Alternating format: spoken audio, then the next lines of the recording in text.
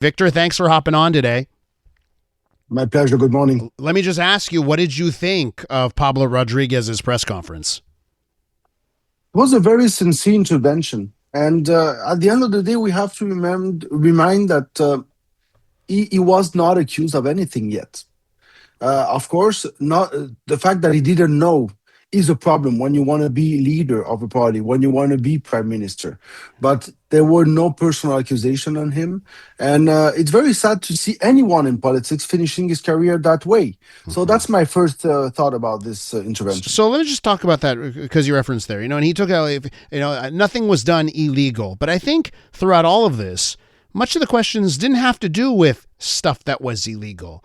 We were talking about shady, unethical, turning a blind eye, not being aware. So, I appreciate he wants to talk about, well, nothing illegal was done, but I don't think that was ever the case. I think this was about unethical practices and that cloud that was hovering him and the party. First of all, this was all about, at first, it was about unethical rumors. And about an inquiry going on from the UPAC, an inquiry going on from the Liberal Party.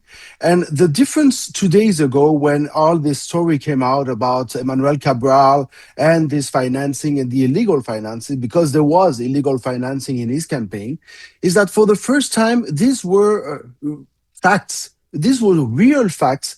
These were proven facts that there was some illegal financing of the Pablo Rodriguez campaign.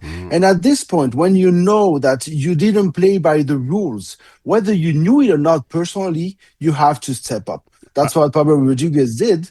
I don't think, and I still don't think he knew about the illegal financing that was going on, but he's responsible for it. So I think that's why he left. As and of course, we aired that press conference in its original language in French without translation, because I think most of our listeners are bilingual enough to follow along. I should just point out, he was surrounded by family.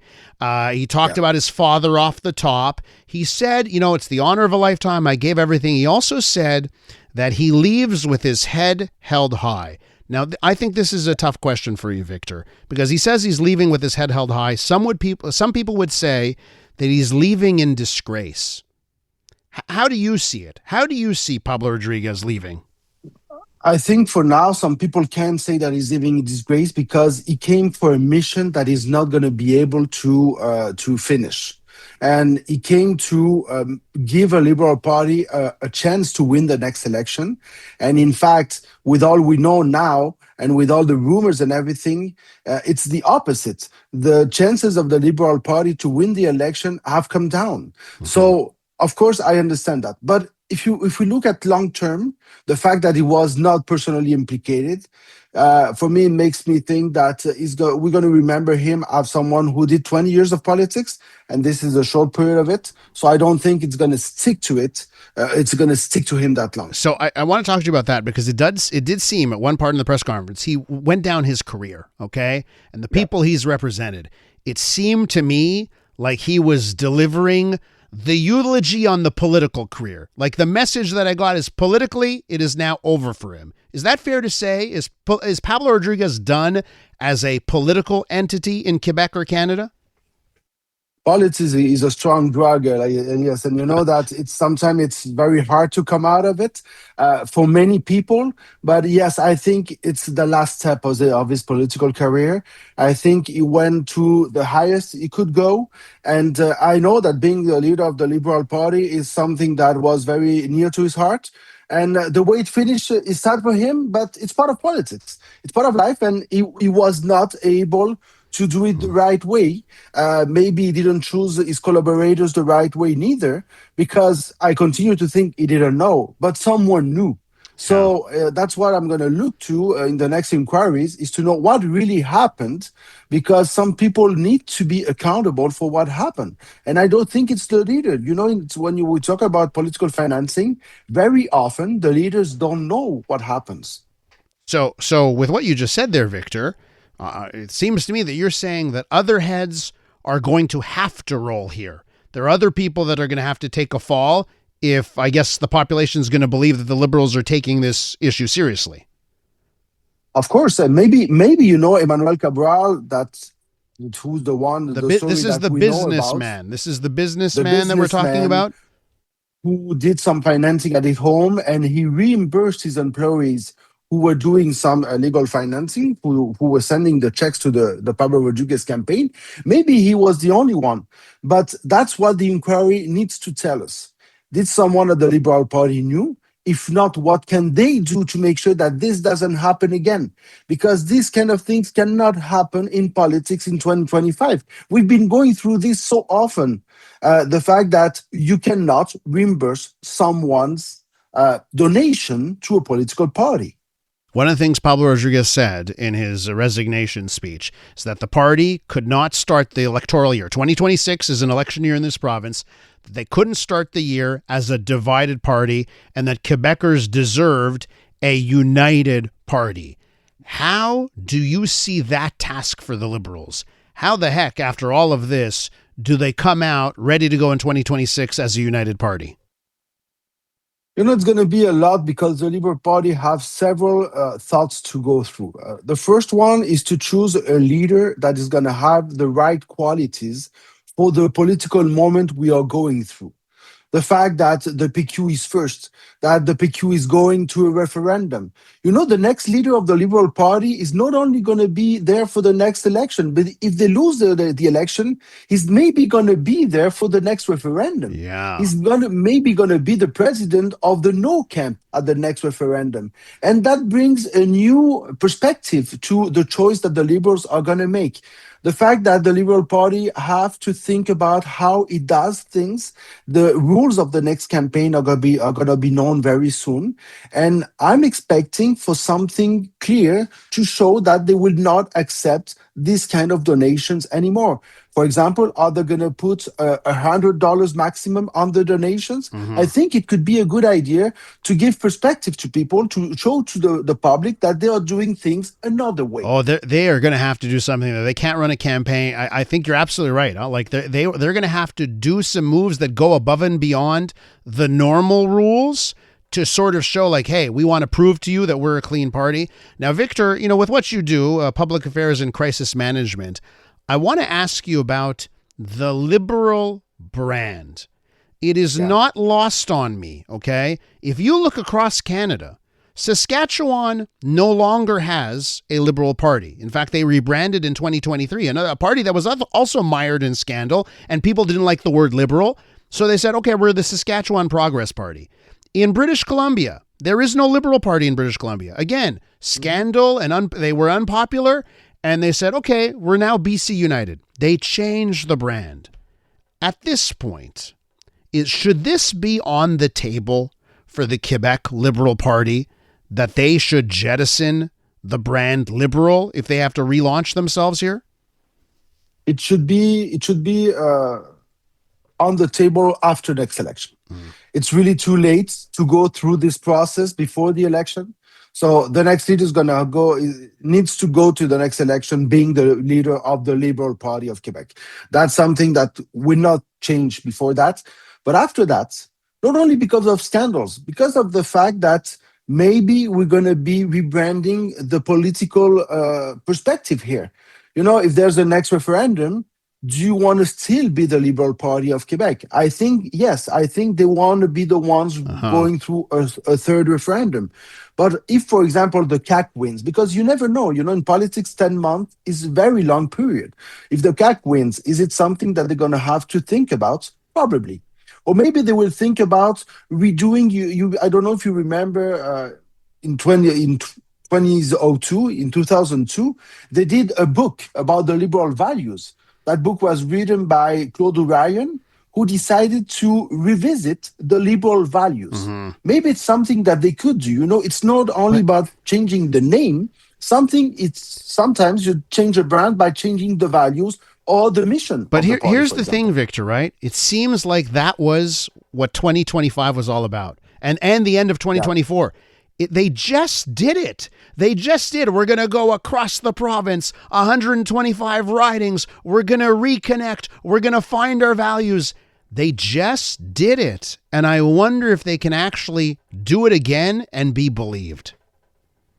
And you know what? I think that's where the Pablo Rodriguez campaign did the worst job is into connecting their experience to the Liberal Party of Quebec experience. Because it's something that we have not talked about a lot in the last month because of the scandals and the rumors and everything. But the connection between Pablo Rodriguez and his new party was tough to do. Yes, he won the leadership. On the month after, we heard many times that they were not present enough at the National Assembly, that the organization was not ready. Some people were saying that his communication was very bad. He had to go through a surgery, an eye surgery, so he was out for about 6 weeks. And it showed, when he named Marwa Rizki, some people were telling me it's tough for him because when he's beside Marwa Rizki, he looks worse than her. She looks better She than looks him. like she So looks more leader-like. she looks more leader than him, so it didn't help him. So Yeah. you know what, the last month was the end of a very tough 6 months for Pablo Rodriguez. And the Liberals have an extraordinary chance here. That's usually when you do the bad choice, you don't have the chance to redo it. It's yeah. And now they do. Yeah. It's an interesting point. You can argue that now they're getting a second chance here at that leadership race. I took this decision solely out of a sense of duty for my party, which I sincerely love, for Quebec, and for my country. The Quebec Liberal Party is bigger than any of us. It has weathered storms, it has risen time and time again, and it will rise again. That's Pablo Rodriguez, as heard live on CJAD, resigning just about at 10:30 this morning as leader of the Quebec Liberal Party. Pablo Rodriguez saying that the Liberal Party is bigger than any one person and that it will bounce back. At 514-790-0800, you can give me a call now. I'd love to know if you agree, at least with that assessment from Pablo Rodriguez. Is the Quebec Liberal Party bigger than any one person? And do you think they will bounce back? Are you sticking with the Quebec Liberal Party through all of the scandals of the last month? And we're continuing here with Victor Henriquez, who is staying on with us as we kick off the third hour of the program. He's a public affairs and crisis management specialist over at Public Strategy and Conseil. Victor, thanks for sticking around. My pleasure. So let me ask you about how you believe the right way to conduct a leadership race would be here for the Liberal Party. To me, it seems like all bad options, but I wonder if you think there's a good way of getting to a next leader. No, I think first of all, it needs to be a very short race. So we're talking about 6 to 8 weeks with a leader coming on and end of February. About the same dates that we used to see last year with Mark Carney replacing Justin Trudeau. So it's a story we've been through last year. So Yeah. I think that it needs to be short. The Liberal Party needs to make sure that financing will not be a problem. So I will put a very low maximum of financial donation to the party to make sure that people don't talk about financing of this campaign.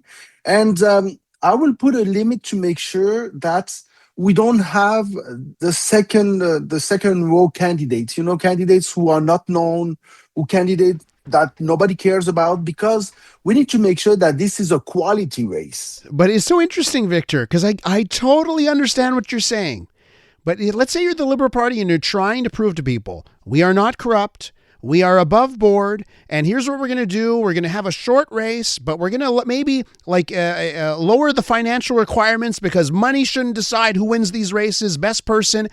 And then, it opens the door to more people maybe deciding to run, and then they're going to have to choose, oh, you can't run.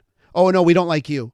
And then you end up in another thing where, it's this shadowy figure in the background that's actually choosing who leads the Liberal Party. And then you get back to that same vibe that you had before. That's why you decrease the financial, but you increase the number of signatures that you need. Because what the Liberal Party needs to push as a message is that they want the next leader to be known inside the party. Yeah. So the more signatures of members you need at this point, the better you are known in the party and the easier it's going to be a candidate. So I will we put a high maximum of signatures, about maybe 4, 5, 10,000 signatures to make sure that you go to a high number and you lower the financial situation because, as you said, you don't want the money to be in the middle of the race. Yeah, it's got to be as far away as possible from this leadership race. Now, what about the idea here? Some people are like, listen, Charles Millard finished second. He seems to be pretty popular. He's young, fresh face. Well, consolation prize, just give it to him. Have the caucus come together and say, listen, this is the situation of the party. We're going to move forward with the guy. What do you think there are risks to that strategy? I think there is a risk because Charles Millard is not known enough at this point, and I think it would be good for him to go through a short race when he's going to show that he has most of the support. And I think that it could help him maybe to win this race and to win at 60-70% of the vote. So to make sure that he goes strong into the position as a leader. And I've heard from some liberals in the last hours some fantasies too. Tell me, I want to hear. Liberals are fantasizing. What are you hearing? What are you hearing? So I'm hearing, for example, there are lots of people fantasizing about the fact that Guy Cormier, the used to be president of the Desjardins movement, could be interested. He has the financial background, the experience as a manager. So the liberals, or maybe some liberals, are expecting for someone coming out of nowhere to be the fantasy candidate. For example, Sophie Brochu. Could Sophie Brochu be interesting at this point to have someone with that kind of background? Yeah. So I think that's why they're going to make a short race to see if, who knows, if someone see the election and says, you know what, being there for 10 months, having the chance to bring a new speech interests me, knowing that François Legault is not leaving. So maybe someone is going to be interested.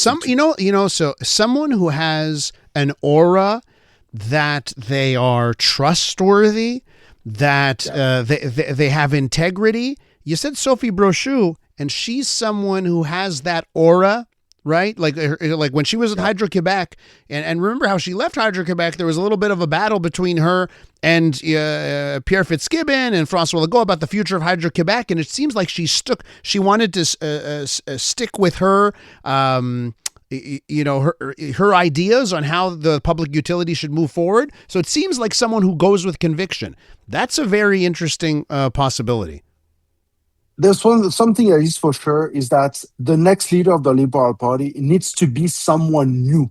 Who is not implicated in the party, because the message right now is that, the liberal culture is not good. So someone needs to bring a new culture. And that goes against the candidature of Carl Blackburn. He was the first one to say that Pablo Rodriguez needs to leave, but I think that he's not in a good position. He doesn't have the right casting for this moment for the Liberal Party. So I don't think he's going to be the leader of the party. And that's what I've been hearing from a lot of liberals today. Victor, listen, we'll leave it there. I want to thank you so much for being generous with your time and providing analysis after Pablo Rodriguez's resignation. Thanks so much. Thank you. Have a good day. That is Victor Henriquez right there, Public Affairs Crisis Management Specialist over at Public Strategy and Conseil. I'm Dylan Playfair. And I'm Tyler Smith. We're putting loneliness in the penalty box by talking to some of our favorite athletes about the importance of friendship. This is Bromance. Bromance is brought to you by Charm Diamond Centers, proudly Canadian-owned and operated. Charm has been part of your love stories and bromances for over 50 years. And you can find Bromance on the iHeartRadio network or wherever you get your podcasts.